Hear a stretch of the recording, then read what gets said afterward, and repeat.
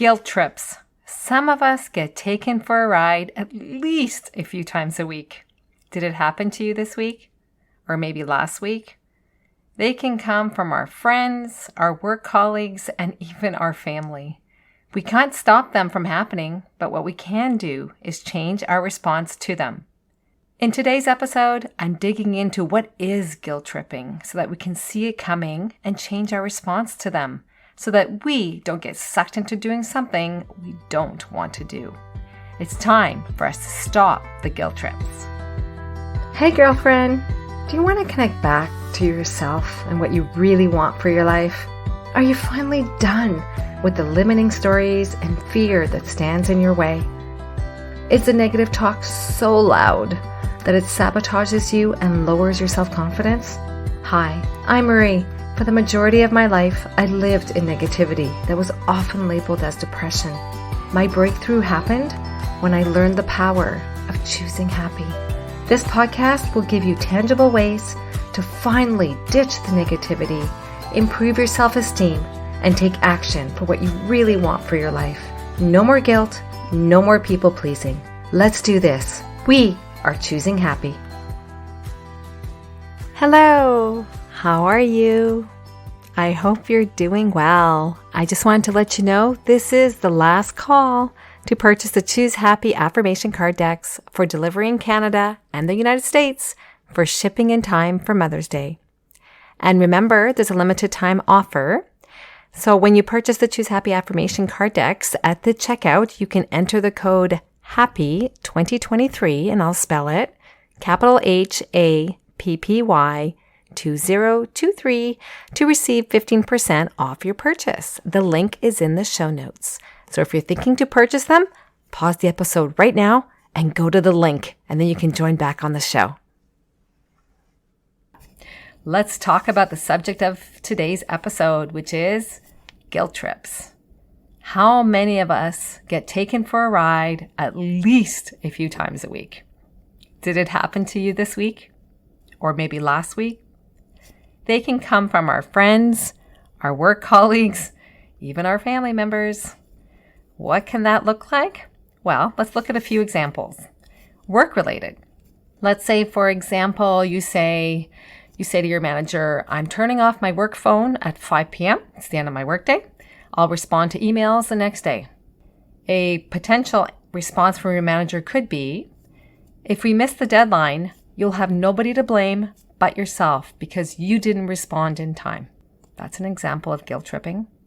How about a friend-related example where you tell your friend, I need to stay in and take some time for myself tonight? A response from your friend, seriously? I'm in crisis mode right now. I need you to come over. You don't care about me. Guilt trip. How about a family-related example where you tell your family, I need the next hour of quiet time for myself. Please don't disturb me unless it's an emergency. And again, you have to define emergency. A potential response from your daughter or son could be, Mom, I need you to take me to X. I need something for my project that is due tomorrow. Anyone else can relate to this? I can relate to this too well. I love my kids, but at what point does what is important to me come before what's important to them? I've been dealing with this question for so many years as I raised my kids. Their needs often came before mine, and yes, as a mother, we want to be there for them and we want to support them, but where do we draw the line?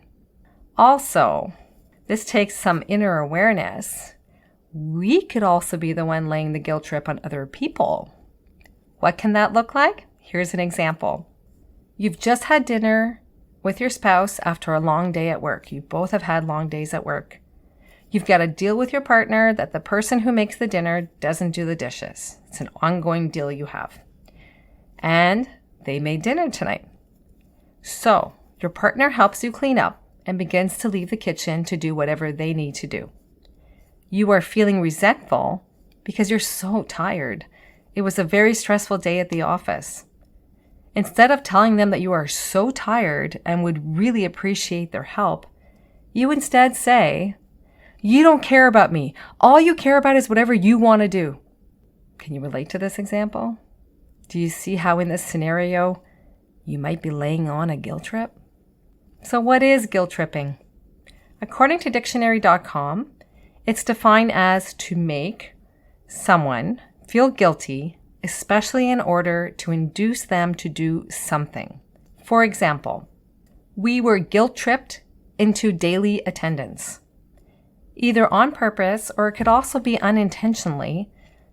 The person is trying to make the other person feel bad about a situation, a choice the person is making. The guilt trip is meant to get that person to change their mind on the situation or a choice that they're making. So what are signs that you could see of a person trying to guilt trip you? What can that look like?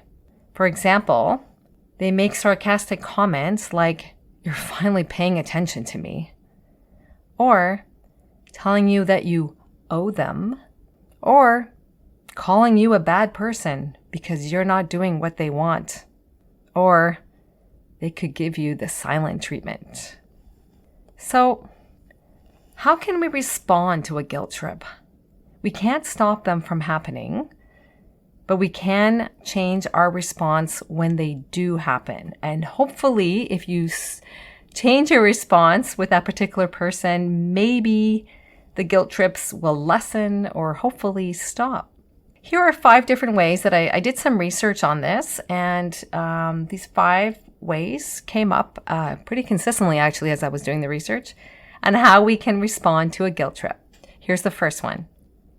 Become present in the moment. You can't react. You're done. You're done if you start reacting. You know that. I know this can be hard to do, especially if you're worn down from a very long day. But you need to stay calm. Number 2, tell yourself not to take this personally. This is about them, not you. This is where self-talk kicks in. Number 3, be compassionate. And I know this can be tough. Remind yourself that they're acting this way for a reason. It's getting to that reason. That's where you need to take the conversation. Number 4, use I statements.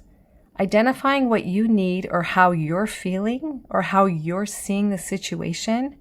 When you say I, it's taking emphasis off of them, which is what they're trying to do by guilt tripping you to do something you don't want to do.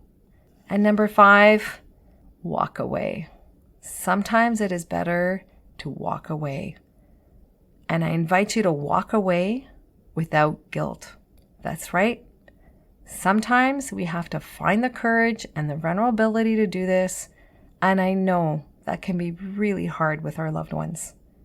We cannot continue to be guilt tripped into doing things that we just don't want to do. That's not choosing happy. We are worthy of saying no to people that are demanding of us. If things don't work for us, we have the right to say no. Yes, that's exactly what I said. You can say no, and you're welcome. I hope today's episode has empowered you to change your response the next time you are guilt tripped to do something you don't want to do. It's in changing our response that we start improving our life.